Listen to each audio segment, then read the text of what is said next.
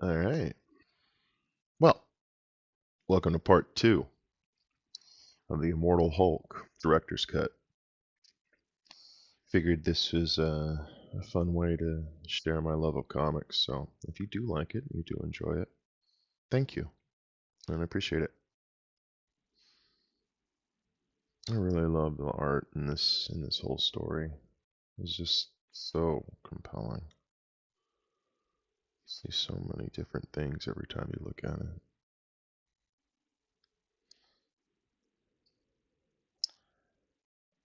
Now we begin. All that a man hath will he give for his life. I don't dream about the bomb anymore. I dream about the waiting, about a tiny room and a Geiger counter. The radiation I'd taken, nobody could survive. Nobody. The walking ghost phase, they call it. When you feel like you're still healthy, like you're not already dead. But death was coming, lumbering toward me, slow, painful. And that damn Geiger counter kept hissing and crackling laughing at me. It wouldn't shut up. It wouldn't leave me alone. It wouldn't leave me alone. Can I say that out loud? Almost doesn't matter. The bus is mostly empty. Nobody to give a fitfully sleeping stranger a second look. But I've had the same dream 3 nights running now. And there's probably a message there. I should stop sleeping, or at least stop sleeping at night. The nighttime is his time. The bus pulls into the stop, a small town. I don't even catch the name. There's an itch in my skull. My seat is no longer comfortable. Message received. My name is Bruce Banner, and my life is very simple. I don't own things. The clothes on my back I'll keep as long as I can, but they won't last. They never do. Any money I earn, beg, or steal is used up quickly if it's not abandoned with my clothes. Bus tickets, bed, and shower when I can afford them. A hot meal now and then. Simple pleasures. 2 eggs, sunny side up? Thank you. Smells good. Salt on the white, pepper on the yolk, lingering gold oozing on the tongue. My 5 senses are all I truly have. I try to appreciate them. Mm. Mm. What my old therapist Leonard Sampson would say to this. I wonder, Bruce Banner, sensual being? The Jungian view, maybe sensation as one of the ego functions. If the conscious mind forces on physical stimuli, taste and smell, the evidence of the senses, science, that would make the subconscious repressed mind the domain of the intuition, unscientific thought, mysticism, and magical thinking, gut feelings and hunches. I haven't spoken to Leonard in a while. Does he know I'm alive? Does Betty? I should call. I will. I'll pick up the phone as soon as I'm ready. But for now, my life is very simple. I walk the earth and I look for the ways to use the power inside me. Ways to use him to bring a measure of justice into this world. Ways to atone for my sins. Unfortunately, I'm starting to get noticed. A reporter named McGee put me on the front page of the Arizona Herald. Now everyone's asking questions. Is Bruce Banner alive? Are they covering it up? And so on. It's a matter of time before someone or authority decides they have to. Wait, my local paper. The itch is back, buzzing in my skull, intrusive. A hunch. A gut feeling. I decide to ask him questions. Yeah, the mayor's right. Seriously, it's nothing. Just a, what do you call it, statistical thing or something. I'll tell you what it is. It's grief. Don't start, Roy.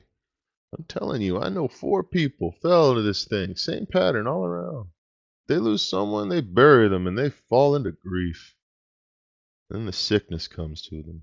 And the chain of sickness, a chain of grief. Whole town will be grieving pretty soon. Then what? That's his theory he's got. You shouldn't bug the clientele with that stuff, Roy. When do you think it started? This chain of grief. Well, now it's easy. When the Fry boy died. Roy, when that boy died, something dark landed in this town. I'm telling you. The Fry boy, Del Fry, prom king, star quarterback. I mean, basically, he was the college team. Hang on, a photo somewhere. That's him. How did he die? Embolism or something. Just keeled over and died. Nice kid. I mean, he had looks. He was everybody's hero. The whole town loved him, but never let it go to his head. He was rich too. His father was a doctor. I read it something or made it better or something like that. What was it? Some kind of medical treatment, cancer, radiation treatment. The itch returns, focused on a single point, right where the arrow went. I once asked an acquaintance of mine to fire a special arrow through my skull and into my brain. It was a complex situation. I'll spare you the fine details. I've requested something less lethal, but I wanted to know. I wanted to know if I could die. Anyway, the arrow did a lot of damage, and I'm not sure it all healed. I'm still intelligent, still a nuclear physicist, but I was capable of wearable force fields, puzzle boxes that define genius itself. That part eludes me. I think he's smarter than me now. I can feel him, the itch, the hunch, impatient, angry, guiding me through the puzzle box of clues, a chain of grief, a mysterious sickness that begins with burying the dead. And it started here. There's something in this place, in the air, in the soil, something I recognize, something I don't want to. Oh no, no, no, no, no, no. Something that's part of me. Gamma radiation emanating from that grave. Anyone visiting here is in danger. Acute radiation syndrome. It looked like the flu at first, food poisoning, but then the white blood cells die off. Your immune system shuts down. It's called the walking ghost. No, I don't have exact readings. I told you I can't give my name. They don't believe me. Why would they? I'm some idiot calling from a payphone. And the EPA won't send a radiological emergency response team just for anyone. Fine. You want my name? My name is Robert Bruce Banner. Don't make me angry. That gets their attention. They tell me to wait by the phone, but I have places to be. He saw it on the way in, of course, a flash of green on a distant mountain just for a second. I thought it was trickle light, but he knew it was something else, something to investigate. He's a lot smarter than me, especially now that the sun's going down. The night is his time. There, that cave. Well, off the beaten path, I doubt anyone would stumble across it if they weren't looking. But then again, I could be wrong. I'm sorry.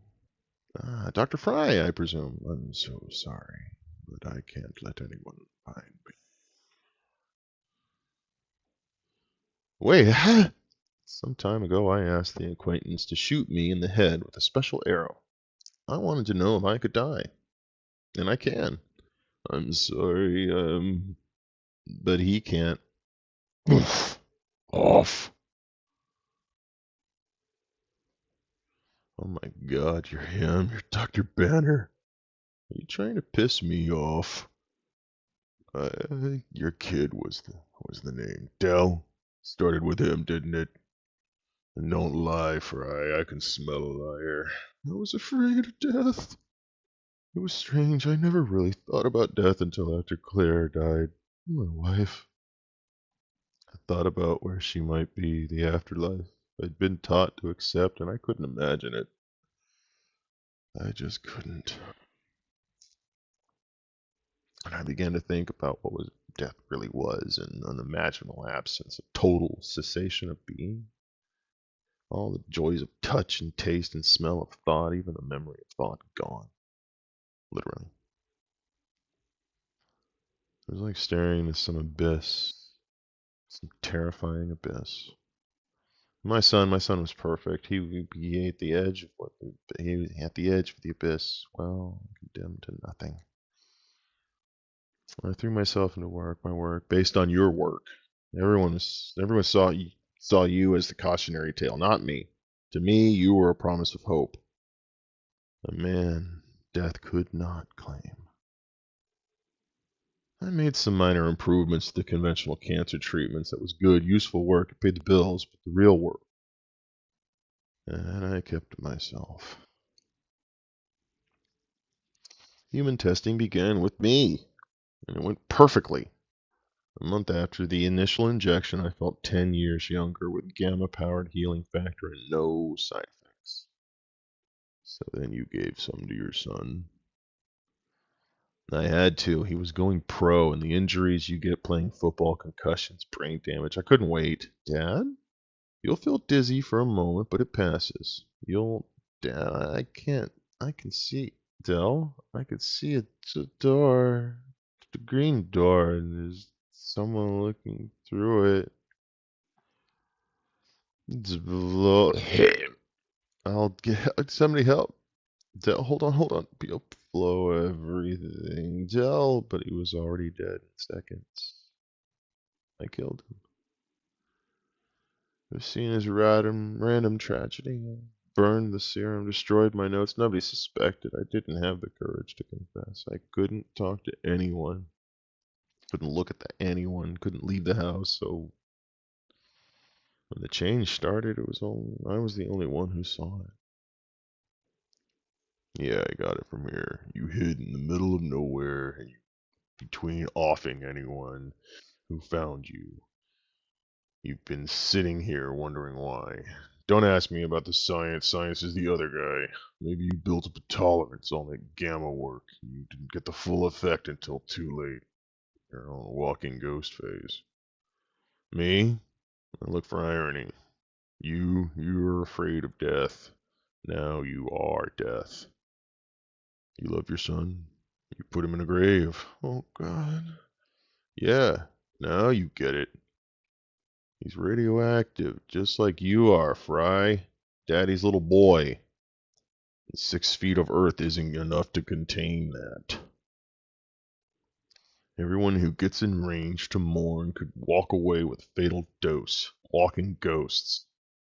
And if someone has to mourn them, a chain of grief, how many, Dr. Fry? How many because you were scared? I made mistakes, but I don't want to die. Is that so? Well, you've made your bed, Fry. It's time to lie in it.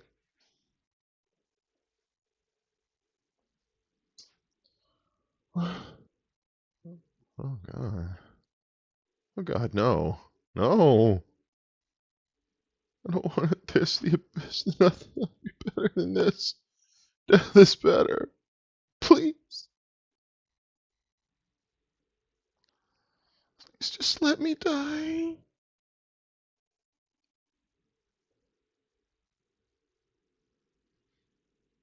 The Walking Ghost. Al Ewing, writer. Joe Bennett, penciler. Rui Jose, inker.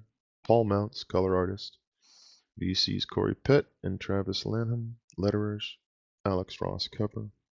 Gerardo Safino, variant cover. Alana Smith, associate editor. Tom Brevoort, editor. CB Sobolski, editor-in-chief. Phil Quesada, chief creative officer. Dan Buckley, president. Alan Fine, executive producer. Hulk, created by Stan Lee and Jack Kirby. I hope you enjoyed listening. I enjoyed reading it.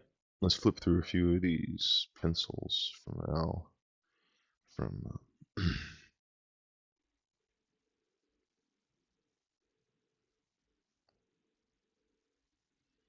Really, you get a lot. I mean, One thing, as you can see, especially from the pencil work, is that the inking and the coloring really stayed true to the original artistic intent. I mean, there's some good, continuity between the two. You're not seeing a lot of the little dark lines getting all blacked out. You're seeing more detail back into the bushing and everything. You see here with the Hulk's face. It's a really good one.